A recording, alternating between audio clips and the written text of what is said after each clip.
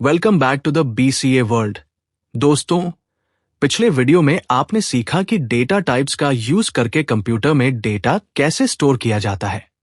लेकिन मान लीजिए आपको अपना बर्थ ईयर या जेंडर स्टोर करना है और आप चाहते हैं कि फ्यूचर में गलती से भी ये डेटा बदल न सके।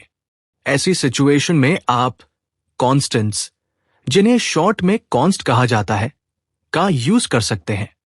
कॉन्स्टेंट्स इम्यूटेबल होते हैं। एक बार अगर आपने डेटा इसके जरिए सेव कर दिया तो आप उसे बाद में मॉडिफाई या चेंज नहीं कर सकते। इसे यूज करने के लिए आपको बस अपने डेटा टाइप के आगे कॉन्स्ट कीवर्ड लगाना होता है।